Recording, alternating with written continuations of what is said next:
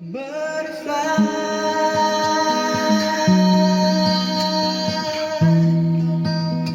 fly here with me.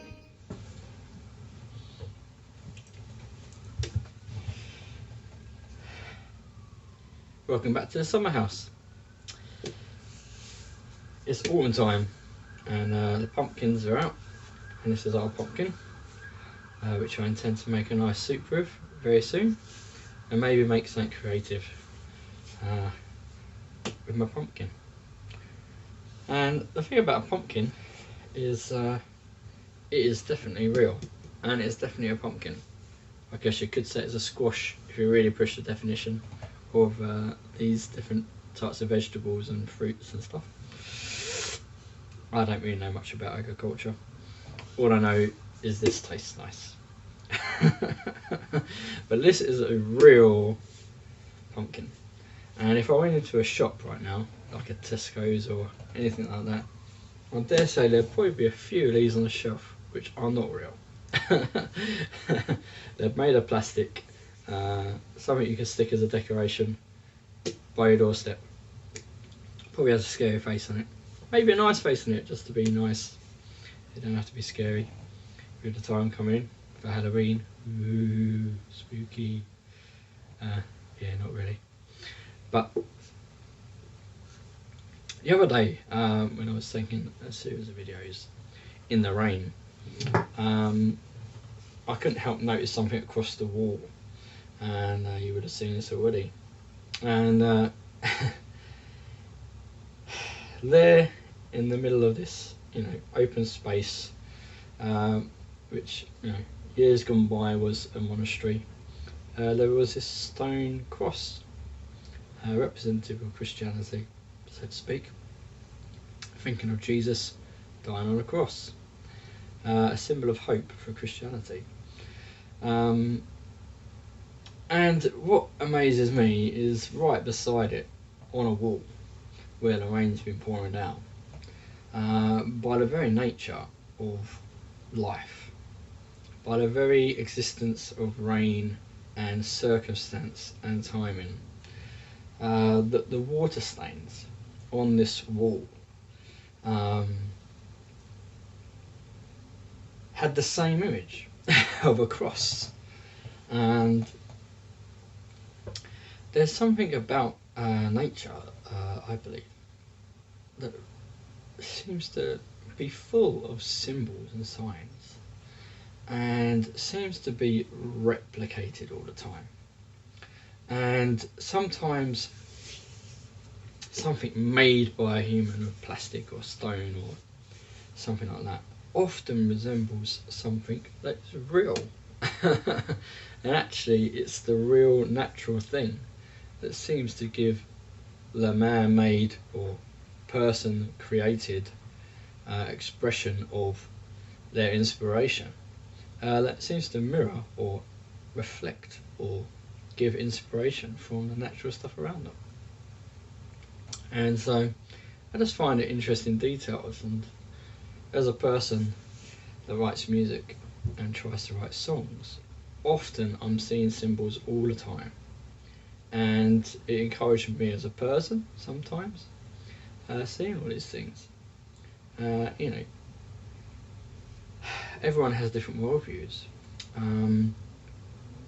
but I like the idea that there's this big God who's covered all bases. Whether you look for human inspiration, whether you look to the natural order of things, or a combination of the two, someone decided to build a chapel in the middle of some trees, which later on became, just a park, a random park. There happens to be a wall where the rain, when it falls off the roof, creates a stain on the wall. That is the very symbol of hope for Christianity.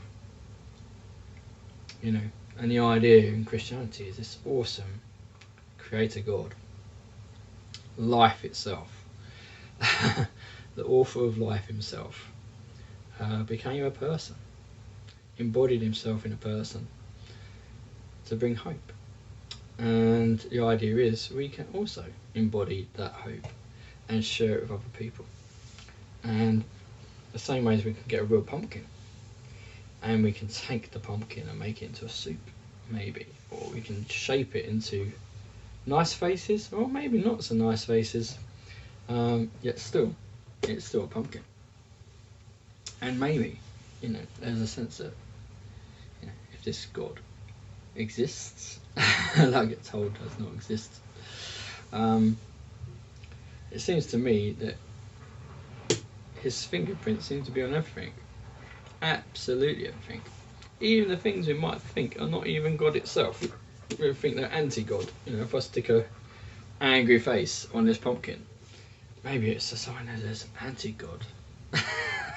No, it's just somebody taken something real and made something different from it. In the same way with music, we take all these signs and these symbols and we make them have meaning. We can take the smell of a flower and associate it with someone we love. We can take the light as inspiration for hope and the dark of the night as inspiration for hopelessness. When actually there's as much hope in darkness as there is in the light. These are all symbols, and I just find them so full of hope. And seeing these fingerprints everywhere, seeing the natural and the created by us, our inspirations, the way they relate to the nature around them, and yet sometimes the things that are unnatural are inspired by nature itself. Just fascinating for me. It may mean nothing to anybody else, and this is perhaps only for me anyway. Because it's not for the many, it's for the few. Maybe for one, even if that one's me. This is me working out my world, working out my reality. Your reality, your experience can be very different from mine, but you will still take inspiration from the world around you, and the things that you make are often inspired by nature itself. Where do ideas come from? Where do songs come from? Do they come from within us? Or is it our connection to the natural world, our connection to life, our very existence? An atheist would say life began. Life, evolves and adapts and changes. Life is a journey. And yet, God says, I am life. All things come from me. The good, the bad and the ugly. But my heart is good. Those that don't believe in God, that don't matter to. Because it don't exist. It doesn't matter. So the only thing that matters is our intention. Well, what is our best intention? I think to be kind, to be human, and to want to live our lives well. And this is how I live my life well, by finding hope in the natural inspirations, and also hope in man-made reflections of their inspiration, or man-made interpretation onto a canvas if it's a picture, into a song if it's through lyrics or tunes, maybe in a sculpture, whether that be a cross or a lion. I don't know. It's all inspirational, and lots of technology we have in our world has been inspired by the natural order. But at the same time, sometimes our inspirations seem a little bit extra natural. I don't know, it's probably my waffling, but the ideas are wonderful. And the idea that maybe, however much we create, what if all those ideas come from the inspiration of life itself? And what if life itself is in existence because God is life? God is a life, reality. And God, the Word, is just a man-made inspiration to try and define this mysterious life that we're all a part of, where you get to do what you want to do and I get to do what I want to do. And it seems by pretty freedom of choice. And our only restrictions are often in our mind, or the restrictions that nature gives us. Everything else is probably a fear. But that's another story. Point is, music is full of inspiration. And sometimes that inspiration comes from God. Sometimes it comes by nature. Sometimes it comes from science. Sometimes it comes from relationships. Sometimes it comes from just having a funny moment, or a party, or anything. Everything is inspirational. Everything could be inspired. And what if everything ever inspired, for whatever inspiration that was taken, what if it all leads back to the same thing? Life is free. And life is available to us right now. Because you exist, I exist. And we've got to make the most of it while we exist.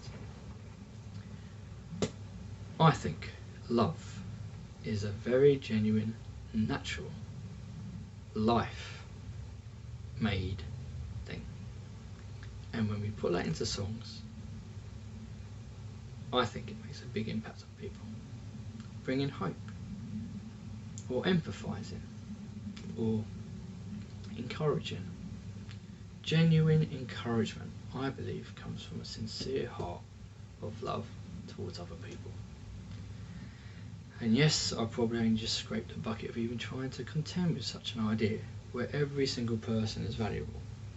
However I feel about it, however I might perceive that person, they are as real as this pumpkin.